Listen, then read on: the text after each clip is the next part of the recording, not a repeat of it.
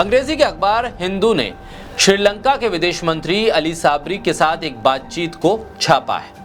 इसमें श्रीलंका के विदेश मंत्री अली साबरी ने दावा किया है कि श्रीलंका की सरकार के साथ अडानी के कोलंबो बंदरगाह और विद्युत परियोजना के जो सौदे हुए वो ऐसे ही हैं जैसे कि उन्होंने ये भारत सरकार के साथ किए हैं। यानी कि अडानी और श्रीलंका की सरकार के बीच का समझौता दो सरकारों के बीच के समझौते के तौर पर श्रीलंका देख रहा है। अडानी, गौतम अडानी, एक ऐसा नाम जिसके राज हर बीते दिन के साथ उजागर होते जा रहे हैं। हिंडनबर्ग ने तो मानो रेत पर खड़े अडानी के महल को एक धक्का मारा, इमारत खुद ब खुद जमीन पर आ गई।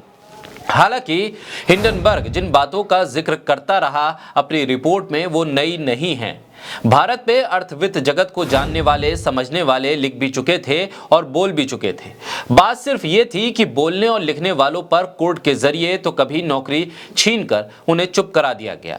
हिंडनबर्ग के मामले में अडानी और अडानी के सियासी दोस्तों के लिए ये सब कर पाना एक तरह से नामुमकिन था, लिहाजा सारे राज बेपर्दा हो गए। कहते हैं ना, शर्म और ठंड जितनी मानो उतनी लगती है, लिहाजा राज भरे बाजार खुल जाने के बाद भी ये कहते रहे कि इंडिया इज अडानी और अडानी इज इंडिया। अब एक और भेद जग जाहिर हो गया है। श्रीलंका के विदेश मंत्री के बयान ने इस बात को पुख्ता कर दिया है कि अडानी के मामले में आखिर क्यों जांच से बच रही है मोदी सरकार। बोलता हिंदुस्तान पर मैं हूं आपके साथ मिर्जा शाकिर अली बेग। अंग्रेजी के अखबार हिंदू ने श्रीलंका के विदेश मंत्री अली साबरी के साथ एक बातचीत को छापा है।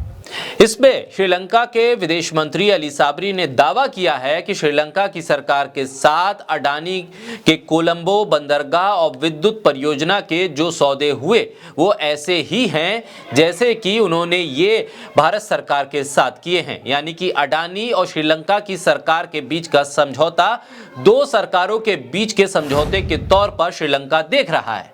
यानी भारत सरकार और अडानी एक ही मानकर चल रही है श्रीलंका की सरकार, क्योंकि मोदी सरकार की तरफ से अडानी के लिए पैरवी की गई थी। क्या अडानी के सौदे में गारंटी के तौर पर मोदी सरकार की मौजूदगी थी? तो क्या इसी के आसरे अडानी ने हिंडनबर्ग की रिपोर्ट को भारत पर हमला करार दे दिया था, क्योंकि वो मानकर चल रहे थे कि भारत सरकार ही अडानी है और अडानी ही भारत सरकार है। श्रीलंका के विदेश मंत्री के बयान पर भारत सरकार की तरफ से ना तो खंडन आया है और ना ही स्पष्टीकरण।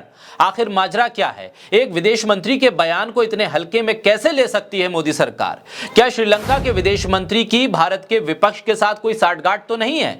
और फिर अगर है तो फिर इस बात की जांच क्यों नहीं हो रही है? क्योंकि श्रीलंका के विदेश मंत्री वही बात कह रहे हैं जो भारत का विपक्ष सदन से लेकर सड़क तक चिल्ला चिल्ला कर कह रहा था, नारे लगा रहा था कि पीएम मोदी की वजह से अडानी अमीर हो रहे हैं। पीएम मोदी और अडानी में सब कुछ एक है, कुछ बटा हुआ नहीं है। पीएम मोदी अडानी को देश की सारी संपत्ति बांट रहे हैं। यही तमाम आरोप विपक्ष तो लगा ही रहा है। अब श्रीलंका के विदेश मंत्री भी यही कह रहे हैं कि हमने अडानी को भारत सरकार के तौर पर ही माना है। हमने अडानी के साथ जो सौदे किए हैं, जो समझौते किए हैं, वो हम ये मानकर चलते हैं कि हमने मोदी सरकार के साथ, भारत सरकार के साथ किए हैं।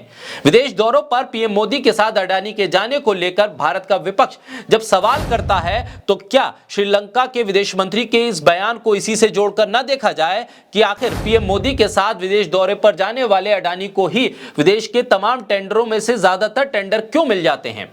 इस बात की तो जांच होनी चाहिए कि श्रीलंका के विदेश मंत्री ने भारत में किस किस विपक्ष के नेता के साथ मुलाकात की। आखिर मोदी सरकार के सम्मान की बात है, क्योंकि श्रीलंका के विदेश मंत्री विपक्ष की भाषा बोल रहे हैं। भारत के विपक्ष के साथ अगर कोई साठगांठ है, इसका भी पर्दाफाश होना चाहिए।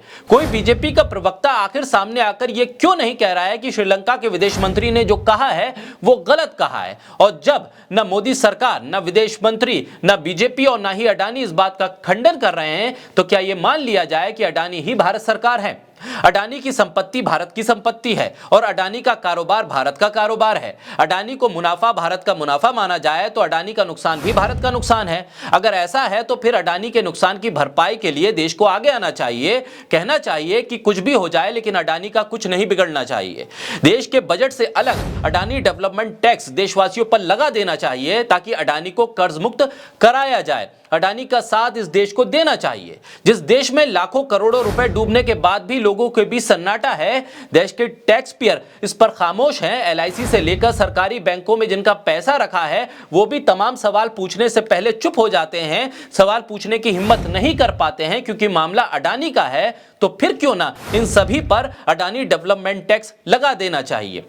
मोदी सरकार तो छोड़िए, हम लोग आपस में भी इस मुद्दे पर बात नहीं कर रहे हैं। तो क्या अब सही वक्त है कि देश पर अडानी डेवलपमेंट टैक्स लगाकर इस पूरे टैक्स की भरपाई करनी चाहिए, अडानी को कर्ज मुक्त कराने की मुहिम छेड़नी चाहिए, ताकि यह साबित हो सके कि अडानी ही सत्य है और अडानी ही अंतिम है। इस बात पर मोहर अब लगा देनी चाहिए। मामला सिर्फ श्रीलंका का नहीं है, इजराइल से लेकर ऑस्ट्रेलिया और बांग्लादेश में भी यही लाइन है कि भारत के भीतर की स्थिति को अगर आप टटोलेंगे तो एयरपोर्ट से लेकर बंदरगाह, बिजली से लेकर कोयला, सीमेंट से लेकर हर तरफ अडानी ही अडानी है। तो जब हर तरफ अडानी है और श्रीलंका के विदेश मंत्री ये मानकर चल रहे हैं कि अडानी ही मोदी सरकार है, अडानी ही भारत सरकार है, तो फिर देश के भीतर भी अब इस बात को मान लेना चाहिए कि अडानी पर हमला देश पर हमला है और हिंडनबर्ग की रिपोर्ट भारत पर हमला है और सीधे तौर पर भारत को इस मामले में कार्रवाई करनी चाहिए।